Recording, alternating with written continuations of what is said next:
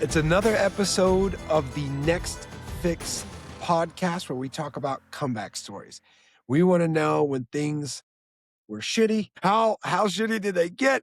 And then how did these magnificent people, including Jeremy Norrie, come out of it?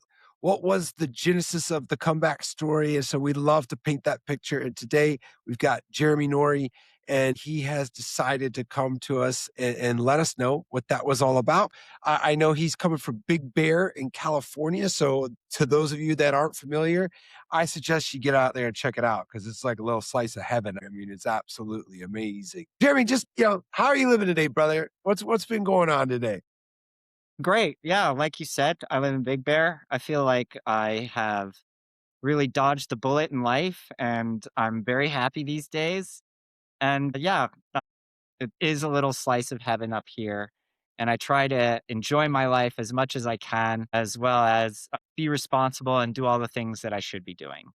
Yeah, okay. Yeah. So, right, he's painting this pleasant picture, this responsible young man, right? Like, no, buddy. We're gonna start off with what I said, right? When was it shitty? I want to know, like, well, how bad did it get for you, man? Because I mean, that's another thing about California, man. There is trouble. There is that grimy side of life if you're looking for it. So, what did it look like for you? It's true, yeah, and I'll just do the whole thing. So I started my life kind of as a nerdy little kid. My dad is Scottish, and so I had a very kind of different upbringing, also very conservative. I was an altar boy. I was shy and like little, and so I played soccer. Everyone else played basketball and football, and so I had this kind of outlaw or outsider lifestyle from early on, and when you're young, kids are nice enough and everything. But then as I got older, I recognized I was the nerdy kid. And me and my friends, we didn't play the sports and we were kind of separate from what was going on with all the other popular kids and where they were going. And the girls might talk to them and da da da da da da, all the good things, right? And being a nerdy kid wasn't what they make it out to be in the movies these days, where like every single TV show is about that nerdy kid and it's like this hero story of how they become the awesome kid. No, we were all just nerdy kids. There was no like, oh, we're becoming popular kid. Like, no, it was just, Right. It's let me ask you, Jeremy. Like, how old are you? I'm 47 now. You and I were cut from the same cloth or from the same era, Uh-huh. and that era didn't really include bullying, right? Like the whole like bullying was like a rite of passage. Like it was almost Sure. encouraged by parents. There was like, movies that were like they like almost embellished it. Like, yeah, like this is how it goes. You're supposed to get bullied. And so there wasn't like resources or encouragement to No. like, And do this if the like bullies would have like bullied me and then I got to be friends with the bullies and been one of the popular kids, bring on the bullies, I could have handled that. right. That's not how it worked out for me, but in a way it did kinda. So, like, I wanted to be a cool kid, and so I was very influenced by all the things that they were doing, and then I would try and do those things even though I was, like, a nerdy kid. So they would, like, all buy this, like, certain kind of clothes, and then I would buy that kind of clothes too, and they would be like, now it's not cool," like, like, and I was that guy, and, like, as we kind of got into high school and all of that, it was still kinda that way, but I also was legitimately having problems now, So, like, Right. I wasn't doing great in my schoolwork. I was really, like, focused on trying to, like, on girls a lot, and, like, I'm not getting the girls. And so it's just, like, total like, obsession with my mind where, like, I can't pay attention to schoolwork. How am I gonna meet a girl? And I'm not having any good, results here and I'm Yeah, doing a lot yeah. of nerdy stuff that isn't going to lead me to good results. And so I remember getting in trouble to where now I was starting to go to summer school every year. And so I went to summer school a couple times when I was younger and it did somewhat help me because the cool kids were there and you did kind of meet the cool kids, but I didn't necessarily befriend them. While in my junior year of high school, I befriended the cool kids at summer school. I had a mohawk and they discovered that my hair was, like, hanging over it, and so you couldn't see it. I was, like, like long hair, but then they discovered it. And once they discovered that I had a mohawk, I was accepted. They were like, you're one of us. Yeah, with the entry price is a mohawk? Damn, I wish that somebody would have You're told new, me you're that. new. And, I was cool. I like smoking weed at that point. I was like, "Yeah, let's smoke weed." I was cool with all the things that they wanted to do, you know? Like, so I wasn't gonna tell on them, and, but I was also useful in that I could probably get them out of trouble, 'cause, well, I wouldn't be doing anything bad. And so, like, it was a good thing in a lot of ways, and that kinda led me into the cannabis industry, essentially. So I started smoking weed a lot and I started finding myself in that world. And then I had girlfriends and then I had all the cool things that I always wanted. And I started selling weed out of my house. And early on, I ended up getting a condo. Me and my parents negotiated this thing where I was going to work for my dad. He needed an employee. And so I agreed to go be like essentially his apprentice to take over his company. And in doing that, they were going to co-sign for me on a condo, and part of my pay was going to pay for the condo. And so this was all lumped into this whole agreement. So I ended up with my own condo at 20 years old, you know? And so I was selling And then so weed. you started growing in there? Because if I you're wasn't growing 47. weed. No. Oh, I just was buying, so I like, we're in California, and I was like this kind of kid now that, like, knew a lot of other cool kids, and a lot of the cool kids were like, see, I was in on all this good weed that nobody had access to. So I would be able to buy all this crazy good weed, and then I'd be able to sell. At first, I was just buying the weed for myself, and all my friends would be like, "Give me some of that weed that you got." And then I realized, wow, if I bought an ounce of this weed and then I could sell off half of it and I don't have to even pay for this weed anymore. And it was like right. this slow progression. Basic Mhm. basic drug dealer math right Yep. there. It's Boom. 101, All of a right? Like, sudden, I was just buying more and more weed. And then I'm making money on this weed, not only not paying for my own weed. And then, like, maybe I might buy some other drugs now too. I'm have my own condo. I'm selling it all every single night. People are coming over. It was like a movie, you know? And I'm hooking up with girls, buying other drugs. I'm selling ecstasy. Now I'm selling cocaine. Now I'm selling mushrooms. Now, and like, and then the whole through this, thing. yep. And then through this One-stop life, shop. uh-huh. One-stop shop, And right? then Okay, then so some people are like, "You know what? This nerdy kid, Imma rob him."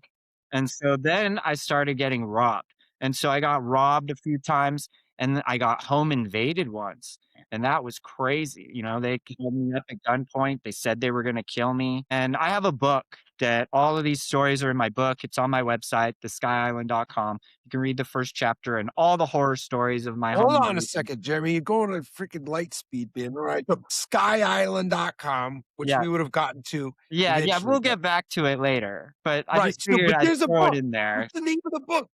The What's name the of the name of the book book? is called Jack Moves, Jack Moves. and, Okay. there's a little subtitle. It's a memoir of the weed trade and dangerous living, and Wow. it Okay. tells all the Yeah. stories of those robberies from when I was selling weed out of my house, and then the future of what I ultimately ended up doing too. So, I like how that's you're not crazy. telling us. Yeah, Yeah. that's what I'm talking about. So all of that Because I want to crazy know. stuff, like, it led me to getting actual jobs in the cannabis industry with real companies.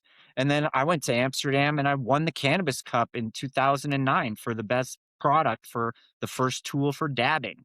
So I was Wow. one of the proponents in this whole dabbing takeover and hash oil and all the pens and all that stuff that you see now. We Right. Right. were Right. early on in this, like, conversion of hash, and, Wow. so I got an identity in the cannabis world, and so then I did other things. I won the Cannabis Cup again in 2012, and then I had a company that was my own company, and I ended up selling that company, and I wrote for a cannabis magazine. I got sent all over to interview all the different people that were the leading people in cannabis, and I had this huge identity, and I started doing these events that were Hold on one second though, Jeremy. I want to rewind a second for me here. yeah, yeah, I sure. like, so you're getting jacked, right? You're in this condo, like, well, how did you get, like, I mean, what did you get, a gun? Did you get a bodyguard? Did you just move? I mean, No, what? no. So, like, the first time it happened, I think I knew who did it. I had a friend who was doing heroin at my house, and I was letting him just do that. I wasn't selling heroin. I didn't do heroin. But he would come over and he was my friend and, he was doing heroin at my house. And then other friends of mine would be doing heroin at my house, and it was, like, not cool. And so I remember being like, "Yeah, this has to stop." And, something happened with him where he was getting arrested, and I remember he came over one time and I made fun of him, kind of in a not nice way. And then shortly thereafter, he robbed me. Right, right, Well, I right, just right, come home, my door is broken down. So the first time it happened, I got a new door and I got a metal screen door on there. right, And right, right, then right. the next time it happened, what was interesting was I had left that door unlocked or something, and people just opened it up. And I woke up in my house with people standing above me with guns, and yeah, and they had already been going through my stuff, and so they took all my weed and everything. I was clever enough to have hidden my weed, so the large majority of what they were looking for, they did not find, and that was able to get me back on my feet afterwards. That's some s that's some strong weed, man. If you're out and then you don't hear people robbing your you're We'd been doing cocaine. I'd been doing other stuff too. Yeah. right, It right, was right, my house was a party house at that point. right. And so, yeah, it was crazy. It was good times, but that was a Yeah, scary moment, when they're tying me up and they're like, "We're gonna kill you." That wasn't fun. And yeah, yeah. So ultimately, it all worked out. They took my safe and they left, and then the last time that I got robbed, somebody actually I remember I think I know who did this one too. I was selling weed at that time, there was this one guy who would come over, and he was kind of a clown, and his girlfriend was hot. I probably inappropriately looked at his girlfriend in front of him one too many times, and yeah, I remember him talking to me about something, and I said, "Yeah." I explained to him, like, "Yeah, even though I got this metal door on my front door, there's a tool that exists that could go through this metal door for sure. There's always a tool that can destroy whatever it is that you're trying to affect. There's nothing that's impenetrable." right, So right. I come home to my door, and so he had found the tool, and it was just mangled metal, all gone. I was like, "Jesus Christ." And, that worked out okay. He had stole a small amount of stuff. It wasn't crazy. And I had a Right. job at the time, so I was gonna keep getting paid, it wasn't like I was only selling weed. So Yeah. So, all right, so I rewound a little bit, but man, all right, so you take cannabis, you take it to like the pinnacle, you take it to the top yeah, of the mountain because you're winning the that's cannabis right. cup And so and now what we're doing is we're doing these events. We're doing cannabis competitions. So we've accomplished everything. We know what the best things are. We know all the best people, and we know the best competitions. And we think the competitions aren't great. So my first partner, he came up with this own competition. Then he hired me on after the fact, after he kind of created the concept. And so then I went and through these competitions all over the world with him mostly, but I'm the only one who is at every single one. I was at the one we did in Spain. I was at the one we did in Amsterdam. I was at every single one, everywhere in the world. And so these were culturally relevant things. It was taking fire. Everybody wanted to be a part of it. Everybody knew about it. Think about it like when skateboarding first came out and like, oh my God, people are hearing about this thing. And so it was like that. And this also further and further added to my character and my identity in this world. And so as we're kind of doing these things, they also are illegal at the time, and like quasi legal. We could maybe do it under this like rules we made up. There were no actual rules. And then, we're doing this for a number of years, maybe 4 or 5 years. And then as we're doing it, the rules start happening. And so recreational gets like voted in. And then they start becoming aware of these events because everyone's trying to copy our events now. And there's like these little events every day, like little miniature versions of our events, and then the yeah, big versions of our events too. And then in addition to that first event that I was doing, like let's say 2 years into that, another partner, a person who was vending at those events that was like a real big character in the weed world, he asked me to do his event, and we do this event that's like maybe the biggest event ever in weed next to the Cannabis Cup. Anybody who was in weed at the time, they know about this event and they might look at it as even better than the Cannabis Cup. It was sure. like the Coachella of weed. huge. So yeah, and you're a rock star in this space. I'm And on again, you've stage said with it. Migos. I'm on stage with Machine Gun Kelly, Ice Cube, the Wu-Tang Clan. Like, I'm doing crazy shit in this weed Yeah. world, you know? And we're throwing these competitions. Like, people are paying us to give us their weed so that we can judge it and sell it to people so they can judge it and like do all this crazy stuff with it. It's absolutely a rock star life in weed. I'm flying to this state and that state, and I'm throwing illegal cannabis events in their state. Like, I'm like invading Amsterdam and I'm throwing an illegal cannabis event. I'm invading Spain and I'm throwing an illegal cannabis event. I'm going to Washington, D.C. and I'm throwing an illegal cannabis event. I'm going to Rhode Island. I'm going to you name it. We went all Yeah. over Michigan, all everywhere. We went all over the place. And so like Now, we're when you're doing this, right? Like how like you seem like a sharp dude, right? So, but you're also partying, right? So, like, sure. I'm curious Yeah. because I don't think of myself as like a total idiot, but I can behave as an idiot can to the max. So, I'm curious as to how much preparation were you doing before like going to another country? Were you studying the laws and trying to figure out like how to like This is a good one. infiltrate like to your Yeah, I description, almost like got you're arrested in invading? Spain, so that was a good one. So there was one requirement basically is that a local person who had some sort of cultural relevance had to be our person of contact that we could kind of gear everything around. So if we wanted to get a venue, they could go to the venue, they could talk to the venue owner. If we needed them to do anything locally, they were there to do that thing. And they were promoting their business. We all had other businesses that we were promoting. And the theory was that this event wasn't financially beneficial to us, that what we were doing was networking and promoting our other businesses.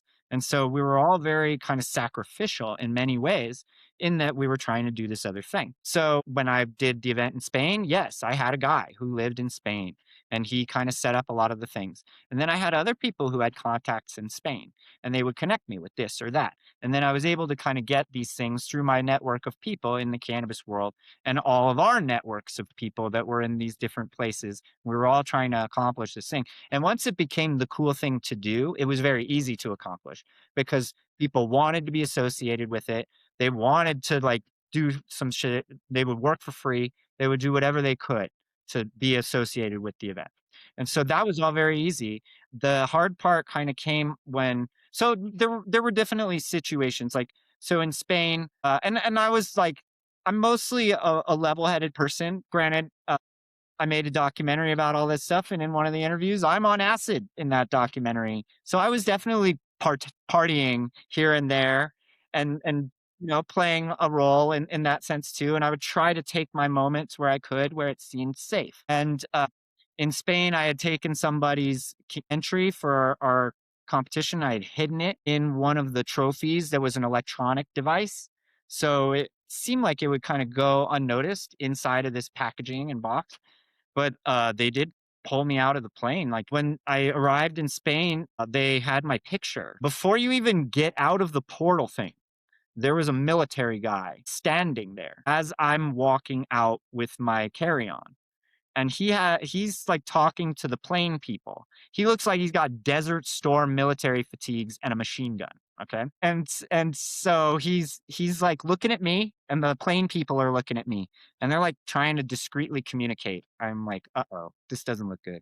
I know what to look for. And this is like, okay, they're looking at me, they're saying stuff. Wonder what this is gonna be about. I also know not to lose your cool. This is very important. So I see what's going on and I don't panic, but inside I'm panicking. And he has my picture. It's like from my passport, basically. He has like a photocopy of my passport picture, essentially. And they have like clued him in that this is me. I'm the guy that they're looking for. And he's like, steps out of the plane. He's like, come with me, steps out of the plane. And he says to me do I have any other luggage? And he takes my carry on away from me. He's going to carry it now. And he's like, don't worry, everything's cool. Everything's great. He has broken English, but the gist was, don't worry, everything's okay. But you gotta come with me. I'm like, okay. And he keeps saying it. So like Yeah. we're walking through the airport and then we kind of get out into the open area and he says it again. And I keep getting the gist like, oh, this is where I should run if I were going to run, you know? Like, and so, but I also mentally, I'm realizing like, you know what, I'm going to go through this. I think that I got this guy checkmated. I don't think they're going to catch me. So whatever they think, let's see if they actually have anything or if they are just being cautious. And so he brings me to this underground part of the airport where there's a million of these military guys. And he has all my luggage and it's all open, sitting on tables. Mhm. Did his English get better? No, Like, with no. no, it's still like, That if he was is just, like, this is the only playing. one that speaks English, though. So they all are speaking to him in Spanish, and he speaks English, and he's my English guy. I've been strategic about how I packed my bags, you know? And, like, I had a vape pen, but it was, like, on me, and he didn't search me. So I had all these cannabis related products, but not cannabis, right? So I had glass bongs and pipes and all kinds of electronic tools for dabbing and all these different things that were all associated with cannabis, but not cannabis. They're all cannabis accessories, right? Okay. Except inside one of them, there was like this huge slab of hash. So, and I had timed my event at the same time as this big event in Spain that they were doing in this other city. And they're, oh, look at this thing. Look at this thing. Oh, and they're opening up my gun case and it's got glass pieces in it that are worth a lot of money. And they're like, oh, Yeah. okay. And then they start saying to each other the name of the city where this event was and Festival de Cannabis. So they're like, Castel de Fels, Festival de Cannabis. And they're saying it to each other. And I immediately realized, oh, they think I'm here for that event. The guy that speaks English, they're communicating with him. And so then he turns to me and he says, are you here for the event in the city? And I'm like, yep, that's exactly why I'm here. And he's like, oh, do you have the paperwork for the event? I'm like, oh, I have it somewhere. I have to find it. He's like, don't even worry about it. Packs up all the bags, off I go into Spain from my event. But you said you got arrested. So, not in Spain. I got arrested in other places, but not in Right. Spain. In Arizona, they showed up and shut down my event one time. And so I actually got arrested not throwing the event. I got arrested transporting cannabis to Arizona between one of my events.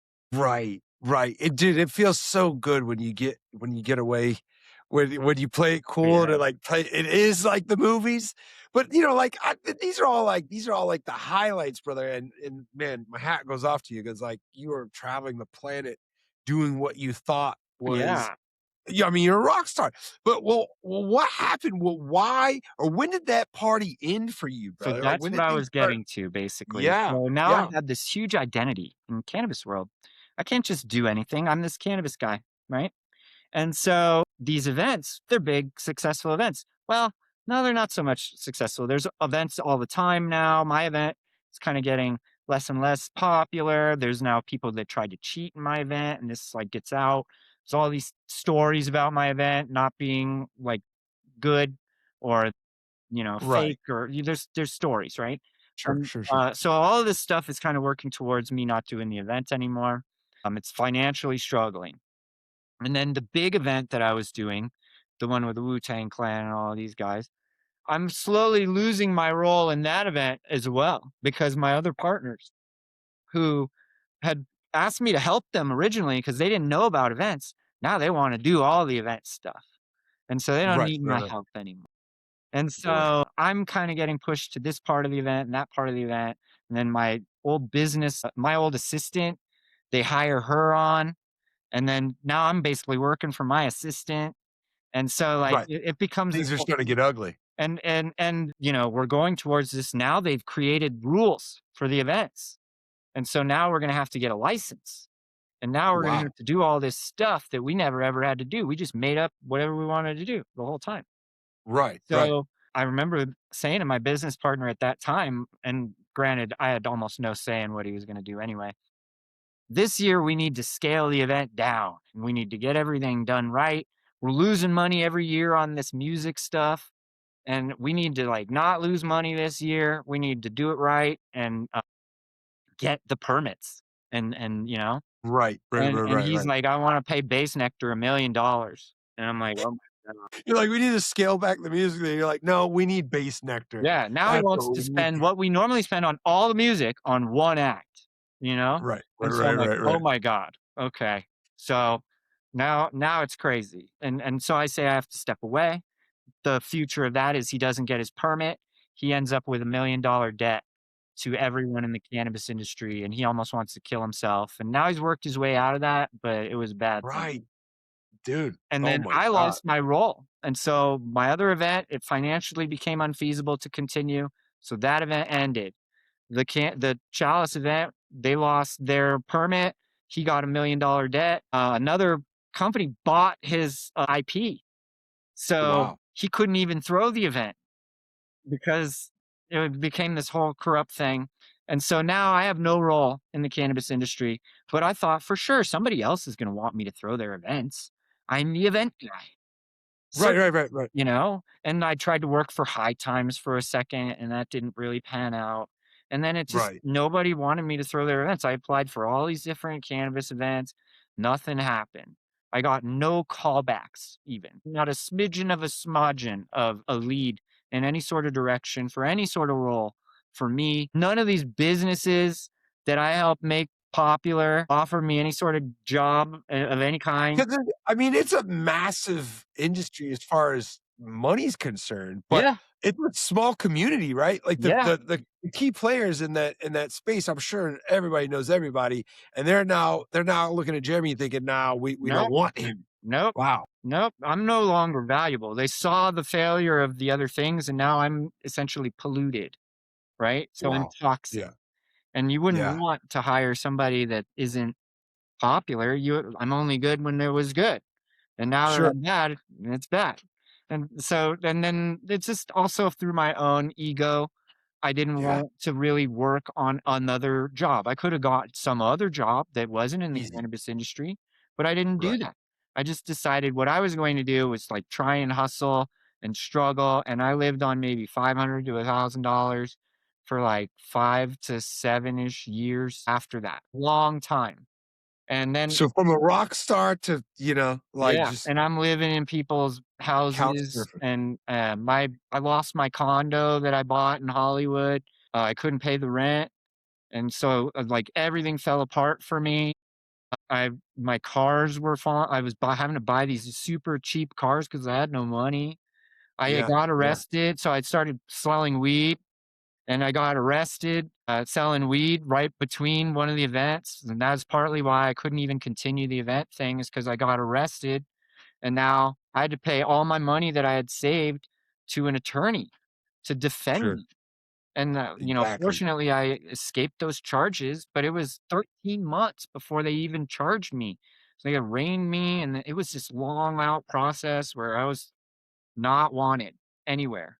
And, Yeah. I felt lost. And then this is another thing so now I'm desperate and I'm staying in other people's houses and I'm getting into these situations where it's not good living situations. And so I left one living situation and I went into this place, and 4 days after I was in the house gets raided.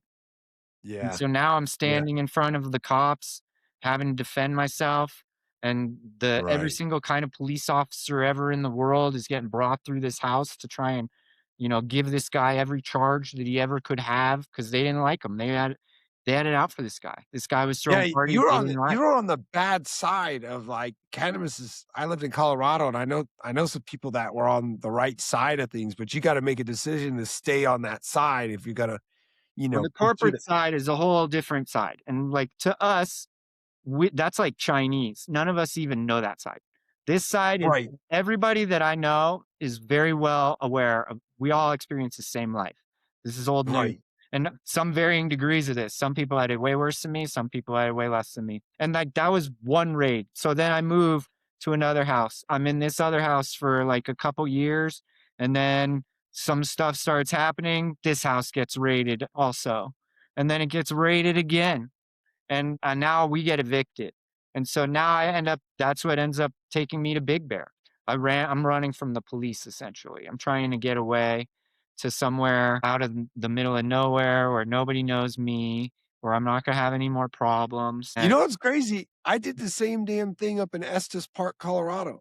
Estes Park is up there, man, and I remember I was, staying at a friend's house, and I was up there for years, man, and at the time, I was wanted, and, a friend was trying to save my life and ended up calling the cops on me, but here I am in the middle of the mountains. I'm like, "They're never ever like, what's the chance of them coming and find me up here?" And sure as hell, man, there's this cop walking up this driveway, long driveway, and I thought to myself, damn, they came all the way up here and took my ass away. But so, well, what did that look like for you? Like, I mean, if you're still in Big Bear, right? So you get up to Big Bear. I mean, and you mentioned that you suffer from depression and stuff. Like, what is all this doing to you and your so this body is and your when it all mind? really kind of comes to a climax. So Yeah, when I had gotten out of the cannabis industry, I used all my money to get into Bitcoin, and I was killing it in Bitcoin. And I had taken $20,000 and I had made it into $200,000. And then I took that $200,000 and I had made all these investments. And my plan was it was going to be around $600,000 that I was going to get. At that time, when I made those investments, I had 11 Bitcoin to give you perspective. Okay. right, right, Right. So had I just held the Bitcoin, I'd be a millionaire. Right. But right, whatever. So I had invested in all these like kind of shady companies. They were like risky companies, and every right, single right, one turned out to be a fraud. And I lost all the money. And like I lost a lot of the money. Now I was able to retrieve some of the money. And because Bitcoin has increased so much, I got almost my whole original $20,000 back out of it, in the right, long run. right. But at the time, I lost everything and it was within like 3 days. And so it was like, "Oh my god," the pitfall of my heart. It was, "Oh my god," nothing worked out for me. I was in the process of moving out of that house right before all the raids had happened. And so I moved back in, and then all the raids start happening. And so now I have no money, because I had lost everything. Right, And right. so when I moved up to Big Bear, I had no money. I took my friend's dogs. He went to jail. I took his dogs and I was fostering his dogs. And so it was me and the dogs up in Big Bear, just living a quiet life. And like for a while, I did nothing. And I was just trying to like fix up this house, get my life back in order. And I would walk the dogs every day. And I could spend money on almost nothing. I would go visit my parents now and then. And I would take any odd job that I could get. But it was a tough life. And I was trying to make those events that I was talking about, when they were Yeah, happening, I realized they were special, and I started filming them. I paid a film company to start shooting those events, and I had all that footage, and I thought I could make a documentary out of this, and I was working on that documentary, and it took me 9 years of working on that documentary to eventually have it finished and become a thing. And all during that whole time, like I end up moving up here. I'm in Big Bear. I'm still kind of working on it here and there. I finished my book during that time. I'm using this time to do a lot of these things that I always yeah, wanted yeah. to do, right? And find And myself. actually, brother, that's a pretty like I Mhm. know that you had big plans, and usually when our plans like the door gets slammed in our face, that's the depressing moment because it's not as we like in the moment, all you feel is the door shut on your face. You can't tell that there's another door right down the hallway It's and it's exactly it's that. opening and it's cracked Exactly that. open. So And I would do these walks with the dogs, and in my mind, I would be like, I'm lost. I could feel that I was depressed. I'm sad. I feel like I'm in an unescapable sadness, that I'm always in this kind of gray area of like melancholy, depressed. I'm looking at things from a negative perspective. I'm finding like the bad things and like I'm kind of complaining about a lot of things. And I'm like, kind of never in a great mood and all kinds of maybe my health isn't great. There's all kinds of things that I'm noticing, like, oh, this is all bad stuff. But I'm listening to these podcasts where like, these are all the things that you need to do to be healthy. And these are all the things that you need to do to have a good lifestyle. And some of the stuff that I'm like doing, my friend does mindfulness and I'll talk to him about stuff. And I'm getting these little bits and pieces of like what I should be doing.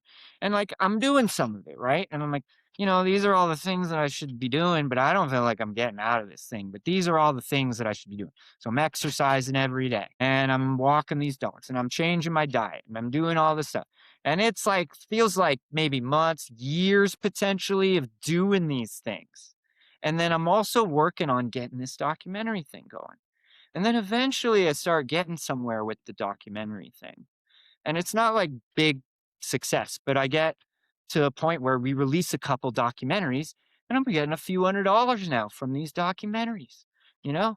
And I'm starting to feel like people say, "Hey, what are you doing?" And I'm like, "I'm now making films." And I get to say I'm doing something. I'm not, "Oh, I don't have a job." I'm like, "Oh, I was," Right. Right. in the cannabis industry, this is another really interesting thing. So I would still go to some of the cannabis industry stuff. When I was doing the Secret Cup and I was doing Chalice, people would introduce me like, "This is my friend. He does this." My God, it's this and it's this great reception. And then it becomes like, "Oh, this is my friend. He does this thing that you know, right?" And they're like, "Oh yeah, we know about that thing. That was awesome." Blah, blah, blah. And then it becomes, "This is my friend. He does this thing. It was a cannabis competition. You might not know about it. Blah blah blah blah." Now it's an explanation of like, well, who the fuck am I? You know? And like nobody gives a shit. They're like, "Oh, cool, whatever. I don't know about it." Cannabis is like super fast, so whatever was happening 2 years ago, I don't know about it. So yeah, it was like it was real easy for me to be like, "Oh, I'm a nobody now," and like now I'm starting to feel like, and then I'm doing one of these walks, and I'm like, "Oh, you know what? I'm not depressed anymore." And then I started thinking about what got me out of this depression. And I wrote it all down.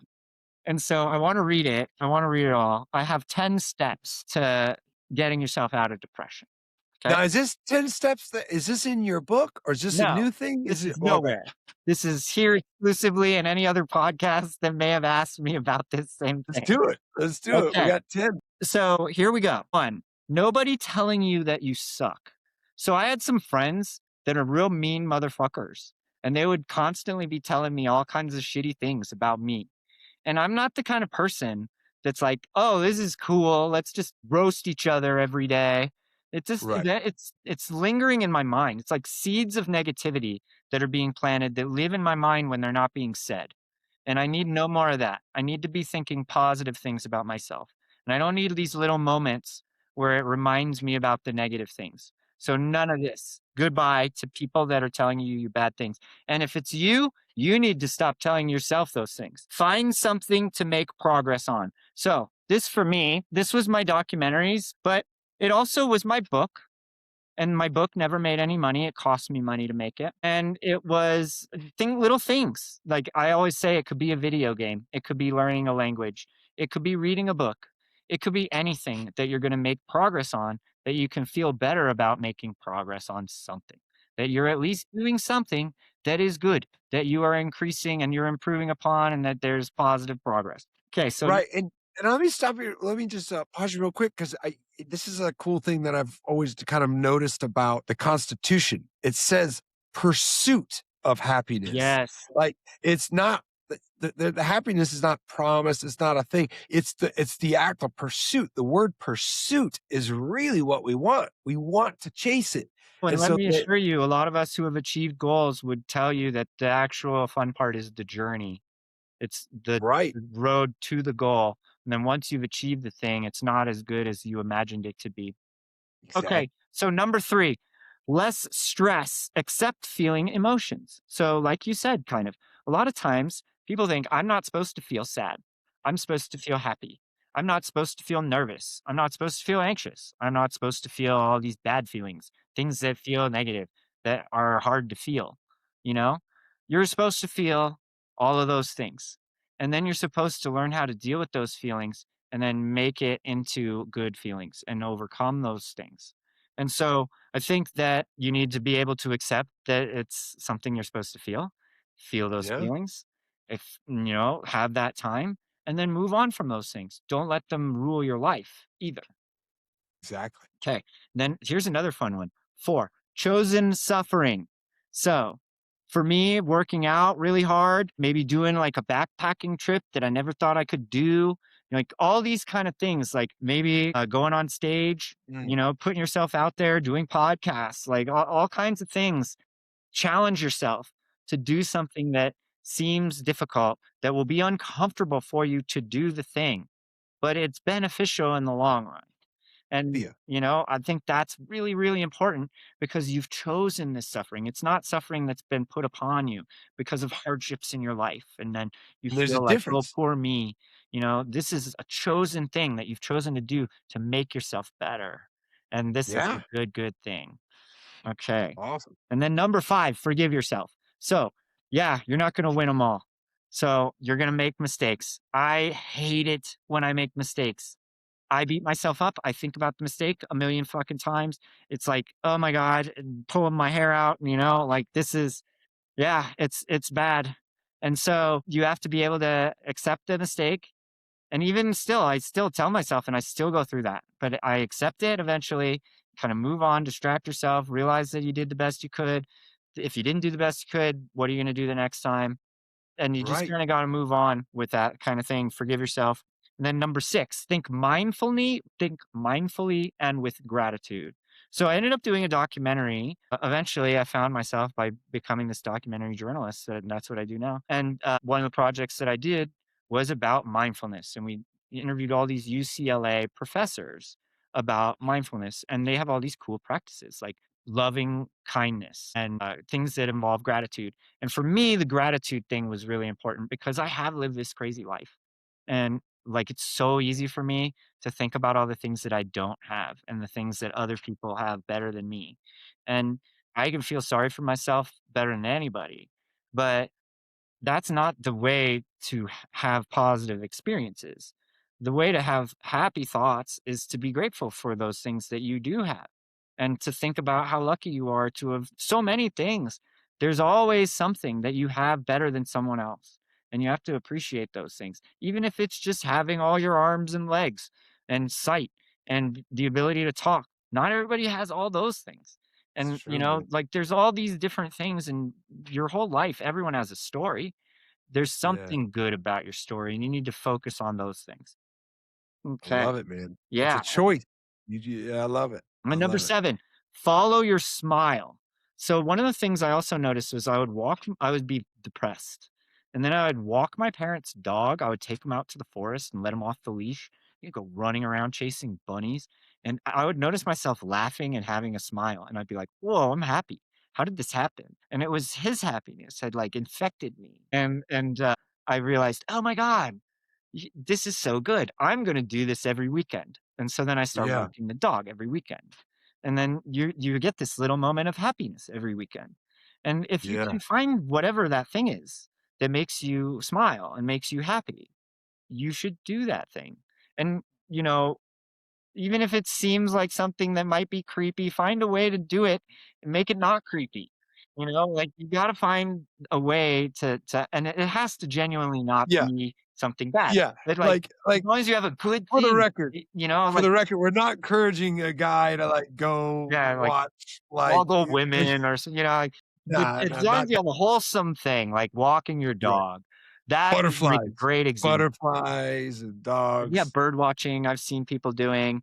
I've seen people. I Yeah. met a guy that loved trains, and he would go out and he would watch trains at these, like, crazy places, and, whatever it is that makes you smile, do that thing. Yeah. Love it. And then number 8, you do have to have at least enough money to survive, so you can't be desperate.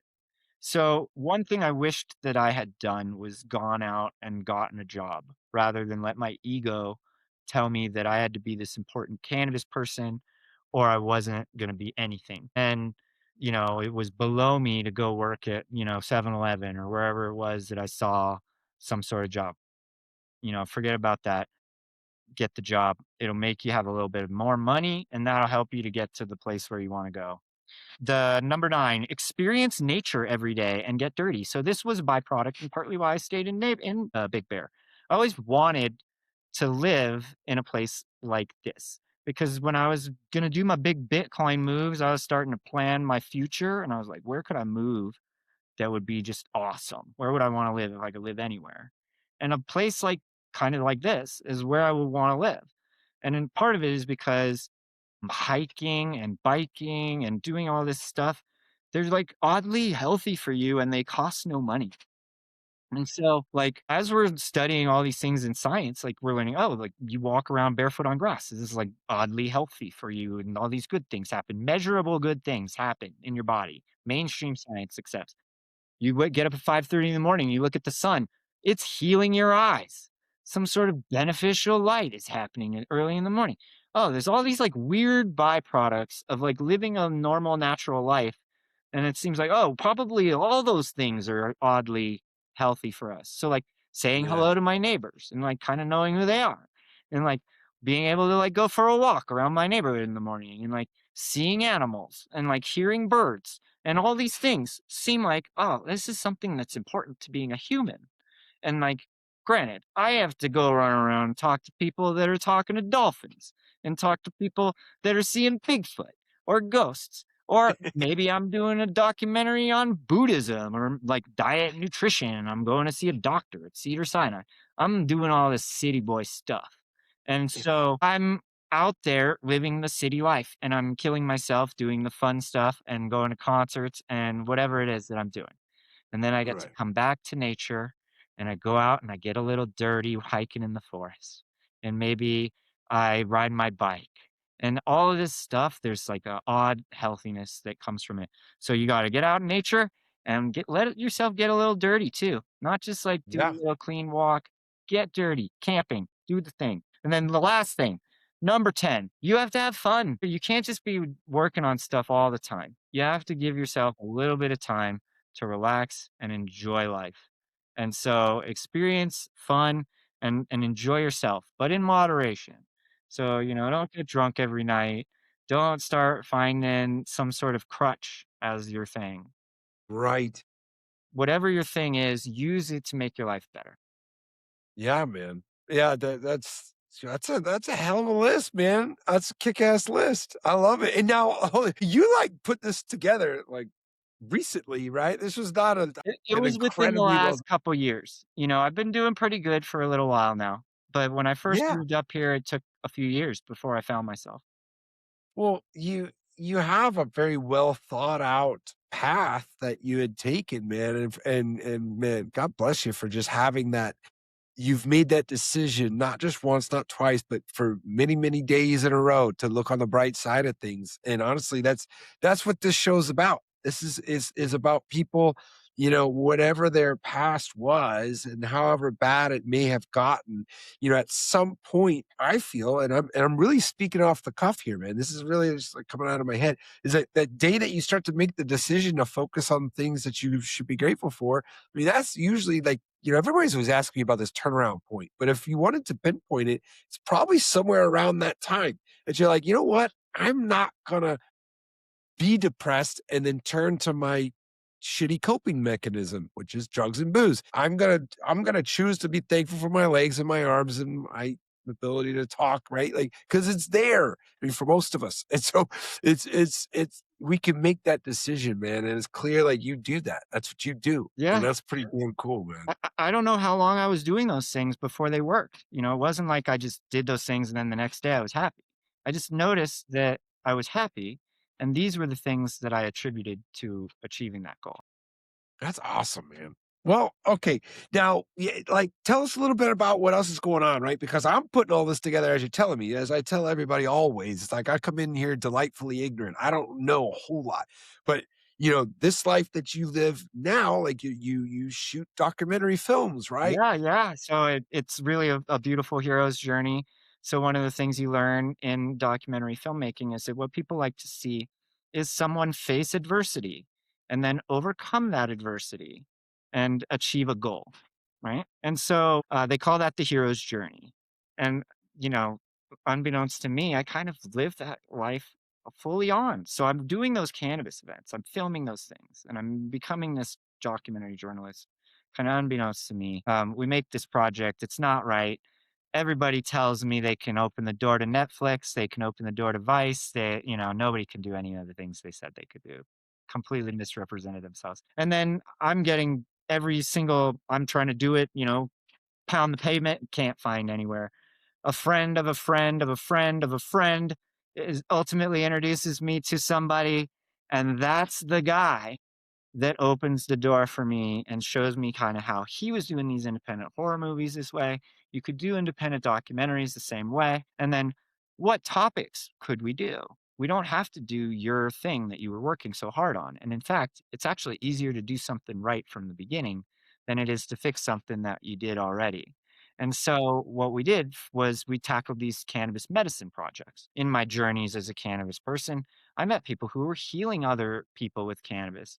It seemed like this thing that was more important than like all this dumb rock star stuff that I was doing. And you know, if you Right. could cure your cancer with cannabis, this is much more important than whatever we're doing getting high and whoever has the best weed. So I wanted to give them a platform. They were always struggling guys, and a lot of times they were giving this medicine away for free.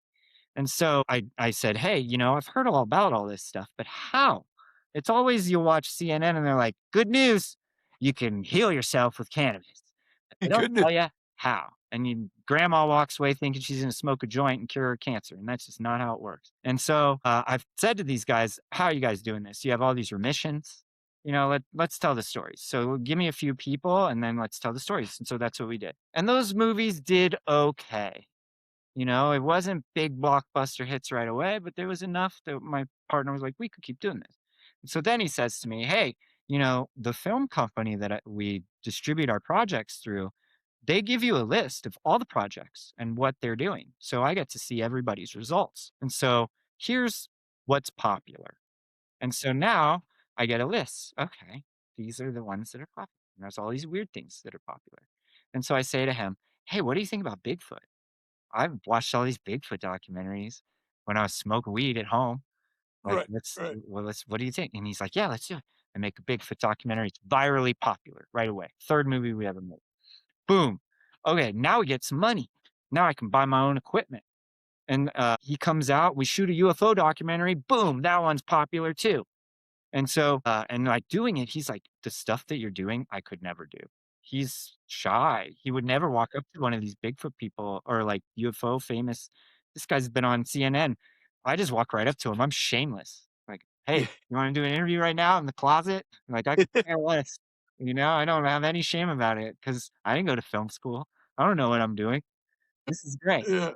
And so they're like, "Yeah, let's do it." And so all of a sudden, we're like making these movies and like, boom, boom, boom, they're happening. And so now I get to like, well, what about these other topics? And so some of my topics, they don't hit. And all the stuff I'm the most proud of, all the best work that I've done, it's not financially successful. These weird Right. movies are profitable. And it gives me the opportunity to eventually fix that cannabis movie that I made. And so we put that out. And so that documentary that everybody thought I would never make, we made it, and it's on Amazon. And then so Yeah. now I started hearing from people, and they're like, "Da, da, da, da, da, da." And you know how nobody wanted me to throw their cannabis event? Now, all of a sudden, I get a message from these European guys, and they're like, "Hey, we wanna do this other thing, and, like, would you do it?" And this is funded in a way that none of my other events ever were. And so I'm like, Wow. "Okay." And I have to do a little investigating to make sure it's on the up and up, but it is. Right. And I get to do what I want to do. And I have financial backers that aren't depending on me to hustle all my friends out of all their money so that I can Right. pay for this dumb thing that I want to do. The dumb thing that I want to do isn't what makes the money. It doesn't have to pay for the thing that I'm doing. I'm doing this fundamentally concept cultural thing, and it's the industry of that thing that pays for the thing. And so now I just get to represent the culture in the way that I always wanted to do. And maybe I'll someday get to do this on a grander scale for more things in cannabis. But you know, it full circle came It's around. I'm on my awesome, man. fifth year of throwing this event, and it pays me better Wow. than any event I ever threw. And so now I'm going and I'm making these movies. I get to He's back. I get to Now do all you gotta everything do I is ever back up. wanted, and You just so yeah, we gotta it's get those awesome, 11 Bitcoin. That's you all we know? gotta get. We gotta get our 11 Bitcoin. Hey, you know what? I was able to retrieve my original investment. If that's all the universe is gonna give me, I'll take it. But the other I thing love I'm learning, I'm talking to these people and, I've talked to all these mentalism people. I did a documentary about brainwashing and influence and mind reading and all this stuff, and when you do that documentary, you walk away thinking nothing is real, and your own thoughts and decisions are being manipulated by these powers that be. And then I talk to these people who are talking to the mantis aliens and maybe Jesus or dolphin or whoever, an angel, and they all seem to have really happy lives, and they're doing financially well in my eyes. And Yeah. maybe That's I'm not awesome, sure if man. they're 100% correct about these stories that they're telling me, but they're onto something. And Well, they're happy about it, and I mean, that's something to be said, brother. Well, exactly. listen, so, like, where can it be now, you just tell everybody where they can find out more, get this get your documentary that's on Amazon. Where's the best way that they can come and check all this stuff Sure. out, So I've Jeremy? made about 60-ish documentaries about all kinds of different topics. I have a website, theskyisland.com. There you can go to my filmography. It'll take you to my IMDb page. Everything that's not on YouTube is linked through the IMDb page. So you can find a title. It'll usually have a link to where you can watch it for free or at a small cost, like on Amazon. Then it's commercial free. And then you can watch it with commercials on YouTube, or sometimes we do revenue shares on YouTube with other channels. So there's maybe 10 different YouTube channels that you can find one of my movies on. And then my co-producer has a channel, Jay Horton Films, I think is what it's called. All of that is linked through my website page too. My book, Jack Moves, is also on my website. And the event that I produce is called the American Autoflower Cup, and the website is called theamericanautoflowercup.com. You're a busy dude, man, and it all, came back to you while you're walking these dogs in Big Bear. Dude, what a journey, brother. It's so cool, man. It's so impressive. Well, this has been one hell of a walkabout with my new friend Jeremy here. But yeah, this has been another episode of The Next Fix. We'll see you on the next one.